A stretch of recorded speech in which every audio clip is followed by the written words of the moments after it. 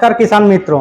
आज हम बहुत ही एक इम्पोर्टेंट टॉपिक पे चर्चा करने जा रहे हैं कि केमिकल फर्टिलाइजर हम इस्तेमाल करते हैं तो कितनी क्वांटिटी करना चाहिए, कैसे हम उसको कम उपयोग करें, इसके बारे में हम चर्चा करने जा रहे हैं। दोस्तों, एक टाइम था जैसे 1970-80 के दशक में जब ग्रीन रिवोल्यूशन चालू हुआ था तो उस टाइम पे जरूरत था कि 20 kilo 30 kilo urea, DAP, potash जैसी चीजें यूज करते थे तो हमें अच्छे से अच्छे उत्पादन मिलता था। फिर 2010-2005 के आसपास ये देखा गया कि हमें 50 किलो 100 किलो में इस्तेमाल करनी पड़ रही है केमिकल रासायनिक खाद को। तो दोस्तों, अभी 2020-22 की हम बात करें तो बहुत सारी ऐसे फसल हैं जैसे केला है, मिर्ची है, तो इन चीज़ों में हमें 400 से 500 किलो तक यूरिया, डीएपी, पोटाश की इस्तेमाल करनी पड़ रही है दोस्तों। तो इन चीज़ों को हम इस्तेमाल करते करते ये देख रहे हैं कि आज ज़मीन को बहुत सारी नुकसान हो रहा है। जैसे ज़मीन कड़क हो रहा है, नीचे हमारे जो बैक्टीरिया का सिस्टम होता है जो फसल के लिए उपयोगी होते हैं वो सब धीरे धीरे कम हो रहे हैं, ख़त्म हो रहे हैं। तो जो ज़मीन की ताकत होती है, फर्टिलिटी होती है, ये धीरे धीरे कम हो रहा है दोस्तों। तो क्या हमारे पास कोई ऐसा तरीका है जिससे हम ये केमिकल खाद का इस्तेमाल को हम कम कर सके दोस्तों? और आज सब फार्मर ये चाहते हैं कि हम केमिकल फर्टिलाइजर को कम करें ताकि हमारी जो जमीन है उसकी ताकत वापस हम ला सके और उत्पादन में बढ़ोतरी कर सके, खर्चा कम कर सके। तो दोस्तों, आज हम ये वैकल्पिक कुछ चीज़ों पे हम डिस्कस करने वाले हैं। तो सबसे जो जमीन को नुकसान करता है किसान मित्रों की यूरिया।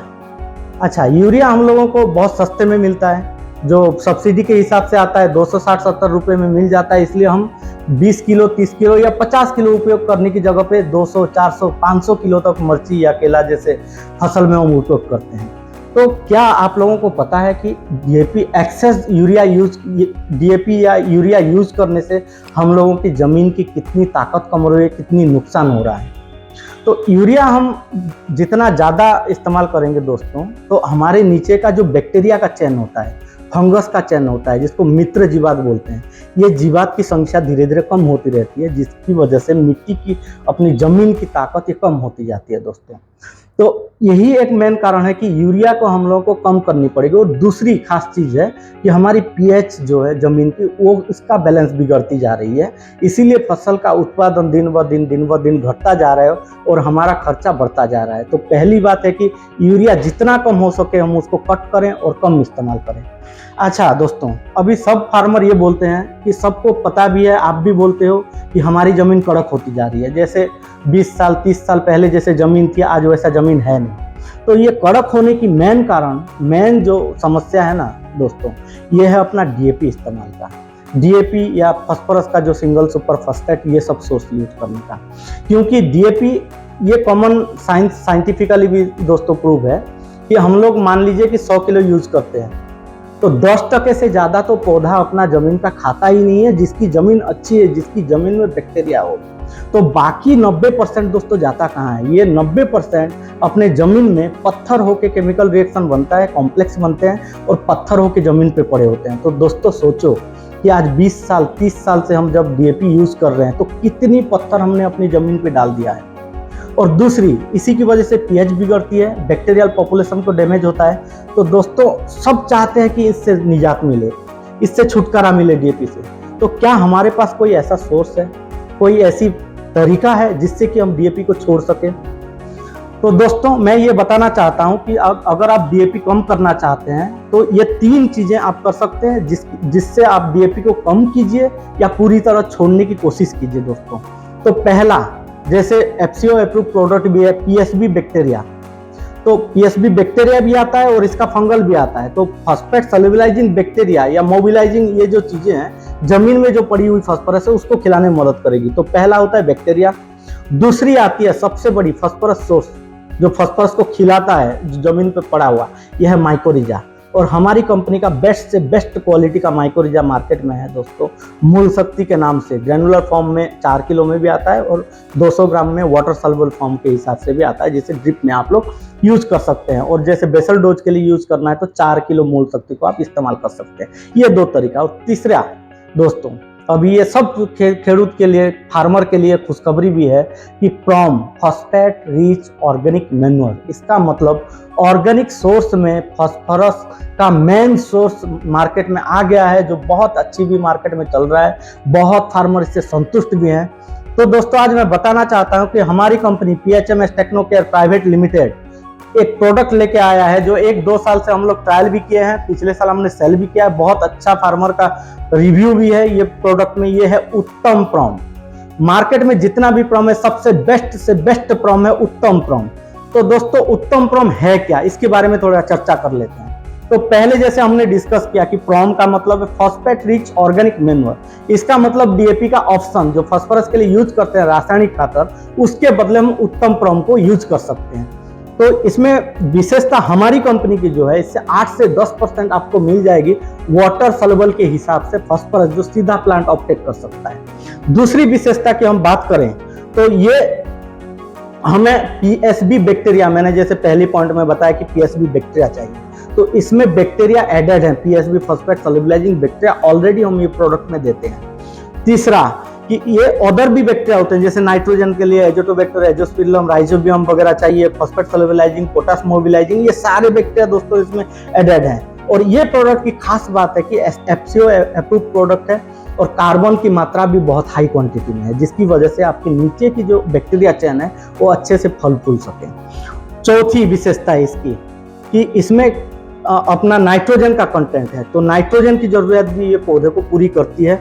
और अपना ऑर्गेनिक पोटास, हमारे पास बहुत अच्छा ऑर्गेनिक का सोर्स है पोटास का, तो ऑर्गेनिक पोटास हम इसमें एनरिच किए हुए हैं, जिसकी वजह से आप ये प्रोडक्ट में सोचिए कि कितनी सारी चीज़ें मिलती है आपको। टोटल बैक्टीरिया मिल जाती है, PSB बैक्टीरिया मिल जाती है, बाकी नाइट्रोजन, पोटासियम, फॉस्फोरस सब बैक्टीरिया तो मिला आपको, कार्बन की कंटेंट मिल जाती है, नाइट्रोजन की कंटेंट मिल जाती है और ऑर्गेनिक पोटास भी मिल जाती है, जिसकी वजह से जर्मिनेशन पावर, कोई भी पौधा आप लगाते हैं, कोई भी बीज डालते हैं तो उसका जर्मिनेशन बहुत अच्छे से होता है, बहुत अच्छा ग्रोथ मिलता है दोस्तों। तो शुरू में आपको ये अगर डालते हैं तो DAP को आप 50% कम कीजिए, नहीं तो छोड़ भी दीजिए, तो आपको उत्पादन बहुत अच्छा मिलेगा। तो अभी जैसे कि हमने ये बात की कि हमारी प्रॉम, तो प्रॉम को हम इस्तेमाल कैसे करें, हाउ टू यूज, कैसे उपयोग करें। तो हमारे प्रॉम दोस्तों ये दाने के हिसाब से आता है, ये दानादार होता है हमारा प्रॉम, ठीक है। इसको आपको इस्तेमाल करने का जो तरीका है, पहले तो इसकी डोज है 50 से 100 किलो पर एकड़ आपको इस्तेमाल करना पड़ेगा। जैसे बनाना है या शुगर कैन है, मिर्ची है, तो इसमें 200 किलो तक आप इस्तेमाल कीजिए, इससे बेहतर रिजल्ट मिलेगा। अभी कैसे इसको इस्तेमाल करें हम लोग, तो पहली बात है कि इसको जब हम जमीन की खेड़ाई करते हैं जब, तो उसी टाइम पे जमीन के ऊपर छिड़काव कर दीजिए, स्प्रिंकल कर दीजिए, फिर हल वगैरह या ट्रैक्टर चला दीजिए तो पूरा जमीन में मिक्स हो जाएगा, पहला तरीका। दूसरा तरीका, जब हम जो पारा बनाते हैं, बेड बनाते हैं, तो पहले इसको हम बेड में डाल दें, फिर उसके ऊपर माटी चढ़ा दें और फिर पानी डाल दें, तो सबसे बेहतर इसका रिजल्ट मिलेगा। और तीसरा तरीका दोस्तों कि इसको हम पानी में घोल के भी, अगर मान लीजिए कि भाई अभी 1 महीना 1.5 महीना हो गया, अभी कैसे करें, पारा भी नहीं चढ़ा रहे हैं ना, हल नंगल भी नहीं जोत रहे हैं, तो करें क्या, तो फिर इसका घोल बना के भी फिर छुट्टे पानी के साथ हम डाल सकते हैं, तो बेहतरीन से बेहतरीन 3-4 दिन में इसका बढ़िया रिजल्ट आपको दोस्तों मिल जाएगा। अभी ये हमारा जैसे ये दाना है, ये हमारा दाना है, तो जैसे DAP सॉल्युबलाइज नहीं होता, हम देखते हैं कि ये दाने को हम अगर पानी में डालते हैं दोस्तों, तो ये 5-10 मिनट में बिल्कुल घुल के ही तैयार हो जाती है। तो दिखाइए ये कैसे इसको हम, ये दाने को दोस्तों हम डाल रहे हैं, तो इस तरह डालेंगे तो ये बुलबुला जैसा पैदा होगा। फिर 5-10 मिनट के बाद, ये मैंने पहले से ही डाल के रखा है दूसरे एक बीकर में दिखाने के लिए, 5-10 मिनट बाद जब देखेंगे तो ये पूरी तरह से आपके पानी में घुल जाता है दोस्तों। तो आपके खेत में भी ये इसी हिसाब से पानी लगने के साथ ही मिट्टी पे मिल जाएगा, मिट्टी से मिक्स हो जाएगा और बहुत अच्छा उत्पादन में मदद करेगा। और इसका घोल देखिए, जो मैं घोल की बात कर रहा था कि आप उसमें इस्तेमाल कर सकते हैं, तो ये घोल, फिर ये घोल को आप छान के या ऐसे नॉर्मल पानी के साथ, छुट्टा पानी के साथ आप इस्तेमाल कीजिए, तो बेहतर से बेहतर रिजल्ट मिलेगा दोस्तों। तो हमारी कंपनी का आप सबको निवेदन है कि हमारी कंपनी का प्रॉम को एक बार इस्तेमाल करके देखिए, रिजल्ट बहुत अच्छा है। हमने बहुत सारे फार्मर का रिव्यू ले चुके हैं, बहुत सारे फार्मर का ये कहना है कि बेसल डोज के हिसाब से जब मूल शक्ति और प्रॉम, उत्तम प्रॉम डाला जाता है तो कोई भी खाद की दोस्तों जरूरत नहीं पड़ती है। ये हमारे बहुत सारे जो अच्छे अनुभवी और इम्प्रूविंग जो फार्मर हैं उनका कहना है।